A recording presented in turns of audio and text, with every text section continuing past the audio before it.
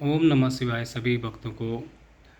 दोस्तों, जैसे कि आप सभी जानते हैं कि अभी श्रावण का मास लगा हुआ है और श्रावण के मास में जो भी भक्तगण श्रद्धा से श्रावण में शुभ सोमवार का जो भी व्रत लेते हैं और वे अपनी मनोकामनाओं को पूर्ण करने के लिए भगवान त्रिलोकीनाथ भगवान शिव की पूजा अर्चना जो कथाएं सुनता रहता है। इस श्रावण के मास में आप लोगों को तो पता ही होगा कि श्रावण का मास भगवान शिव को बहुत ही प्यारा है।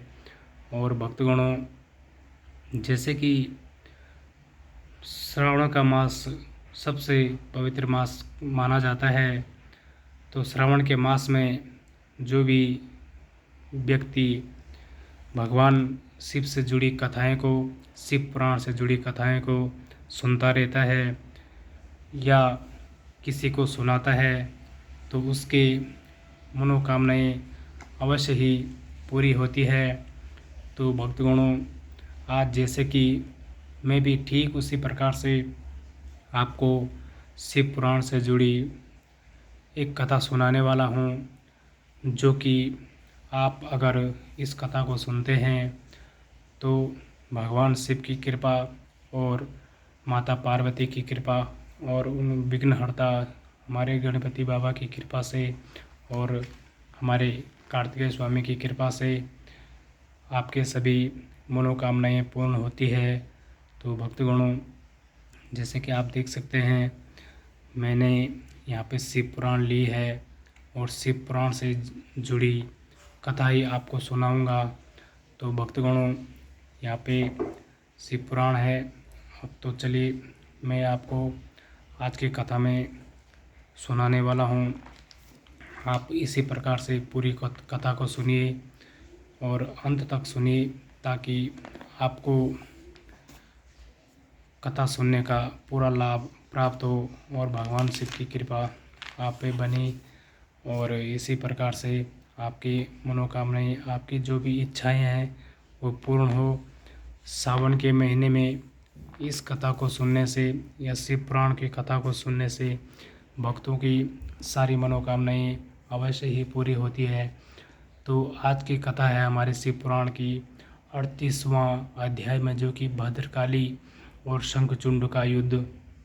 तो चलिए भक्तगणों, अब हम कथा को शुरू करते हैं कि ये कथा किस प्रकार है। आप कथा को पूरी सुनिए और आप भी पढ़ सकते हैं, तो कथा में पूरी बने रहे।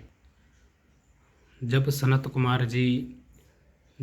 कुमार जी बोले, हे व्यास जी, देवी भद्रकाली ने युद्ध भूमि में जाकर भयंकर सिंहनाद किया, जिससे डरकर अनेकों दानव मूर्छित होकर धरती पर गिर पड़े। भद्रकाली ने अपने तेज और नुकीले दांतों से दानवों का रक्त चूसना शुरू कर दिया।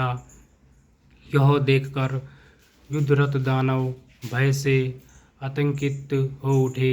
वे डरकर इधर उधर भागने लगे।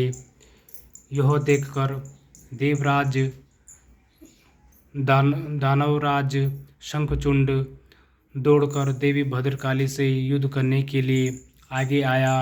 शंखचूंड को सामने खड़ा देखकर भद्रकाली ने प्रलय अग्नि के समान भयंकर बाणों की वर्षा करनी शुरू कर दी, परंतु शंखचूंड ने वैष्णव नामक अस्त्र से उस वर्षा को शांत कर दिया।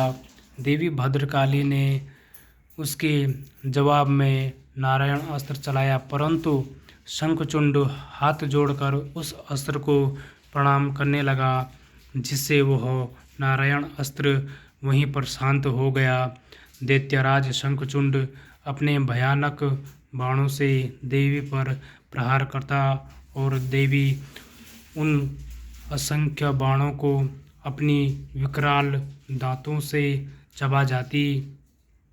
इस प्रकार देवी और शंखचूंड में भयानक संग्राम होने लगा।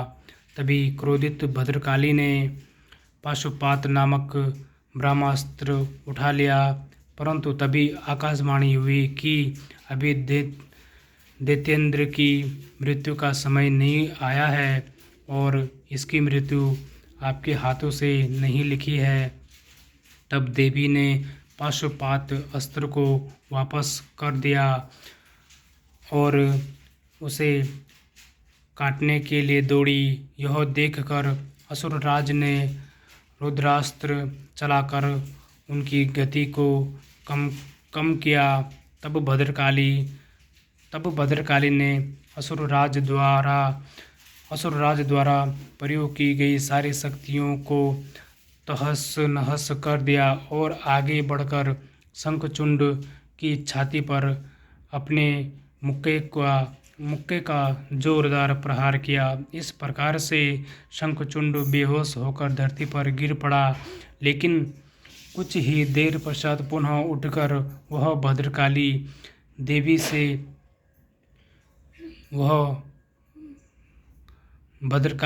से युद्ध करने लगा।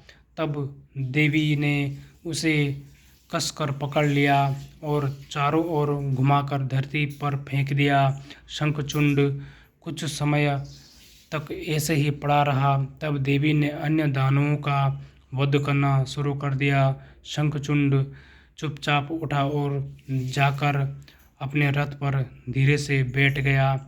तो भक्तगणों, आज की कथा यहीं पे समाप्त होती है और हम अगली कथा को पढ़ेंगे यहाँ पे, जो कि 39वां अध्याय है, शंखचूंड की सेना का संहार।